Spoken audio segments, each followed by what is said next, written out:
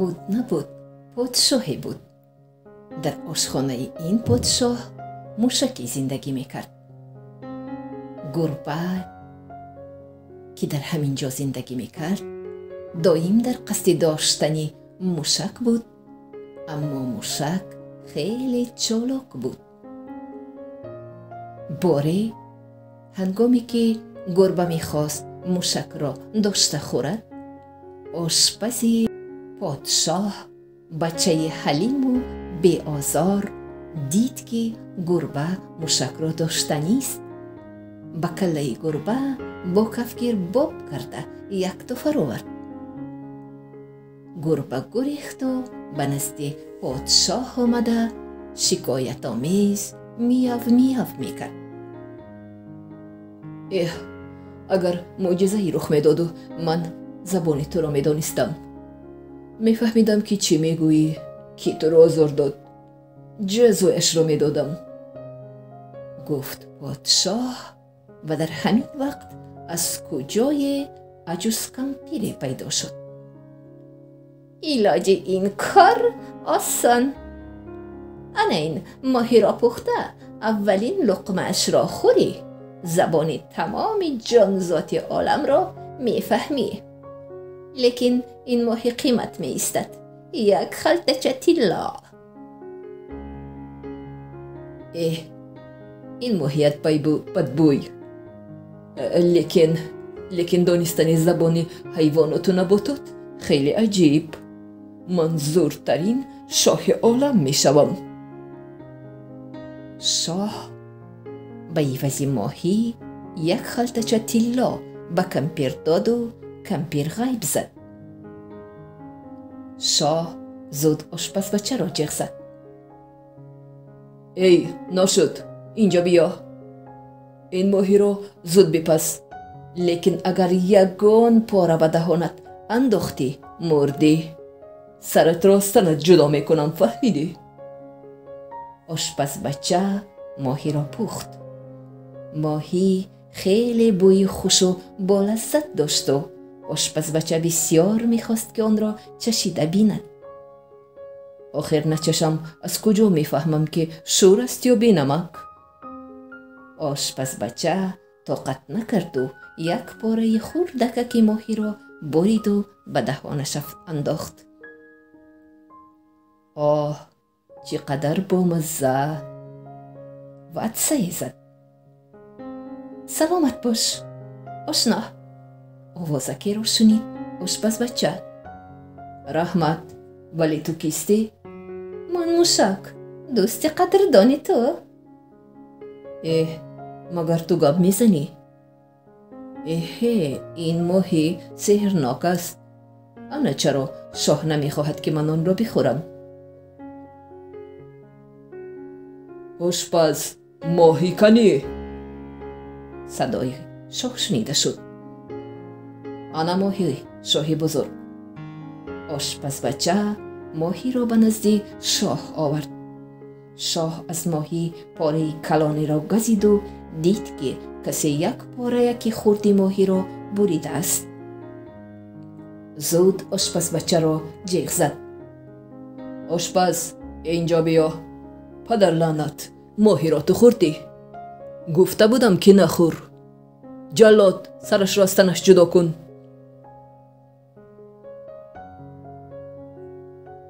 همین ها مرا آزار دادند، به سرم با کفگیر زدند، شکایت کرد گربه. ای آشپز، گربه چی میگوید؟ پرسید شاه. شما چی ها میگویید شاهم؟ مگر گربه هم گپ زده میتواند؟ خود را حیران نشان داد آشپز. خان هیچ چیز را نمیفهمید. آشپز دروغ میگوید یا راست میگوید نمیدانست. در همین وقت از تریزا دو موسیچه با هم جنجال کنان به خانه زده در آمدند. آنها با هم بحث میکردند. از آنی من با من ده. جنجالی ها، برای همین یک چیزی نادرکار آینه چه جنگ میکنید؟ آینه چه به شما چی لازم؟ گفت آشپز بچه و آینچه راست به دست او افتاد. آها، دروغگوی! اگر ماهی را نخورده باشی از کجا زبان موسیچه ها را فهمیدی؟ از کجا فهمیدی که آنها چی میگویند؟ داد زد خان و آینچه را از دست آشپز بچه گرفت. جلاد، سرش را از تنش جدا کن. و ناگاه خان آینچه را کشاد و از حیرت دهانش باز شد. آه آه آه، چه خیلی نازنین، چه خیلی لعبت. ایستا جلاد، ایستا. گوش کن آشپز بچه، از یک قاشق خونت گذشتم، اما یک شرط دارم. انا این نازنین را یافته به من میاری. آشپز بچه صورتی دخترک را دید و سخت عاشق شد. صورتی نازنین دخترک در دستش به راه برآمد. چقدر راه رفت نمیداند. به ناگاه آوازی را شنید. یاری دهید، یاری دهید، خانه‌ام میسازد، آنجا کودکانم. آشپز بچه دید که این یک مورچه یکی خردکک است. او زود از کولوارش آب برآورده به مورچه خانه ریخت. با تو تشکر، روزی میرسد و من هم به تو یاری میدهم، گفت مورچه و آشپز بچه راهش را ادامه داد. کمی دیگر رفت و دید که کبودرک در نزد لانش آشفته حالا پر و بال میزند و ماری پیچانی میخواهد چوجه یکانی او را بخورد. آشپز بچه زود از گردن مار داشت و او را با تمام قوه به دور پرتافت. در همین وقت عقاب مار را داشته گرفت و خرسند پدیده رفت. تشکر به تو، بچه هایم را نجات دادی. روزی میرسد و من هم به تو کمک میکنم، گفت کفترک. آشپز بچه راهش را دوام داد. هوش و یاد او به صورت نازنینی ناشناس بند بود. ناگاه باز آوازی شنید. یاری ده جوان، رهایم کن. آه پایکم. این سنگ پشت بزرگی بود که یک پایش به قبقان صیاد بند شده و درد میکرد. آشپزی رحمدیل زود قبقان را کشید و سنگ پشت را خلاص کرد. با کجا روانه ای جوانی خوب؟ پرسید سنگ پشت. نپرس، با جستجوی انا این نازنین، اما نمیدانم که او کیست، از کجاست. این دختری شاه سیام. بیا من تو را و نزد او میبرم. سنگ پشت او را به پشتش سوار کرد و به شهر سیام آورد. آشپز بچه به شهر در آمد. شهری زیبا. آشپز بچه راست به شهری به قصر شاه آمد. چه میخواهی جوان؟ برای چی آمدی؟ پرسید شاه. من به خواستگاری دختری شما برای شاه همان آمدم. 3 شرط دارم. اگر آن را اجرا کردی دخترم را میدهم، اگر نه سرت را از تنت جدا میکنم. شرط یکم، دخترم شده مرواریدی داشت. این شده روز در میان الافزار کنده شد و 100 دانه مروارید قیمت بها گم شد. همین مرواریدها را بیاب. جوان غمگین شد. آخر او در میان الافزار چگونه مرواریدهای خردکک را مییابد؟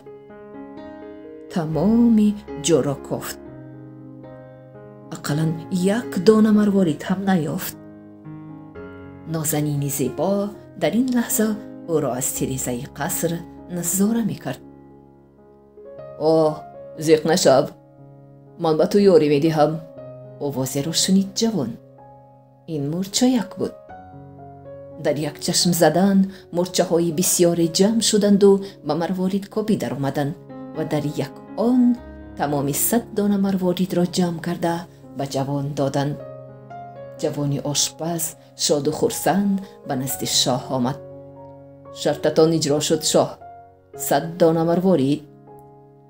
آفرین. شرط دویم را شنو. انگشترین قیمت بهای دخترم به دریا افتاده گم شد. آن را یافته بیا. جوان و موشک در ساحل دریا می نشستند و غمگین بودند.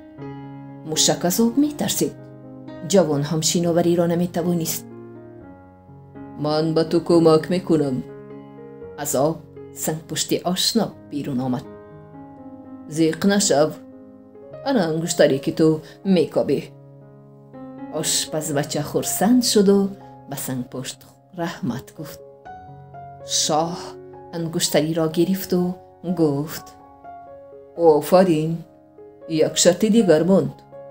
در کجای آب حیات و آب مایمات هست؟ هر کسی که آب ممات را خورد می میرد و آب حیات او را زنده و جوان می کند. همان آب را یافته بیا. این شرط خیلی دشوار بود. آشپز و دوستانش حیران از کجا آب حیات را یابند. نوبتی من به تو یاری دادن. من به تو یاری می دهم. این آواز کفترک بود. شاه برای اجرا نکردن شرط می خواست آشپز را بکشد، اما کفترک آب را آورد و به او داد. شاه آب را سنجیدنی شد. آب را به گلک یاسمن انداختند. گلک سوخت و پژمرد. قطره‌ای آب حیات را به او پاشیدند و گلک به اصل قدیمش برگشت و شکفت.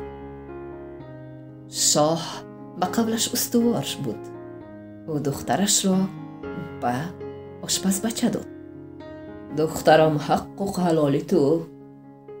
آشپز بچه دخترک را به نزد شاه می برد و اما دخترک خیلی غمگین بود، زیرا او هم این جوانی چالاک را دوست داشته بود. شاه از خواب بیدار شد و دید که آشپز بچه با نازنین یگانه آمده ایستادند. شاد شد. واه واه، اینقدر زیبا، اینقدر خوشرو. تو ناشد به آشخانه رو و خوراک پز، گفت او و آشپز بچه را به آشخانه راند. من به تو به سفر نمی برایم، گفت نازنین. اگر راضی نشوی سرت را از تنت جدا می کنم. جلاد، داد زد شاه. ایستید. من آب حیات و آب ممات دارم. شما باید آن را نوشید. آب ممات آدم را می میراند، اما آب حیات انسان را جوان و زیبا می کند. بعد از این من به شما به سفر می برایم، گفت نازنین دخترک.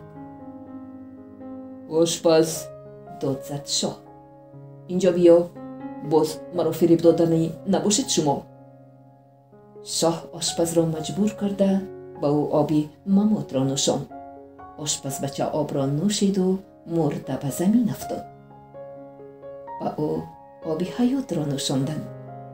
جوان زنده شد و به جوانی پهلوان و زیبای تبدیل یافت. معجزه، به حیرت آمد شاه. من هم جوان شدن می خواهم. با من به دهانم ریز، امر داد خان. جوان آب ممات را به دهان شاه ریخت. شاه مرد.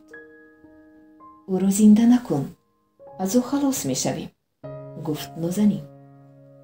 نه، خوب نمی شود، بگذار زندگی کند، گفت آشپز بچه و آب حیات را به دهان شاه ریخت. شاه زنده شد. او جوان شده بود. جوان من، زیبا من، تو بخیل، همه آب را به من ندادی. او باقی مانده آب حیات را از دست جوان گرفت و همه‌اش را نوشید. و در همین وقت او خرد شد و به کودکی نوزاده تبدیل یافت. مملکت بی شاه مانده بود. مردم جمع شده آشپز بچه را شاه خود انتخاب کردند. اکنون شاه و ملکه خوش و خوشنود زندگانی میکردند و عادلانه در این مملکت حکمرانی میکردند.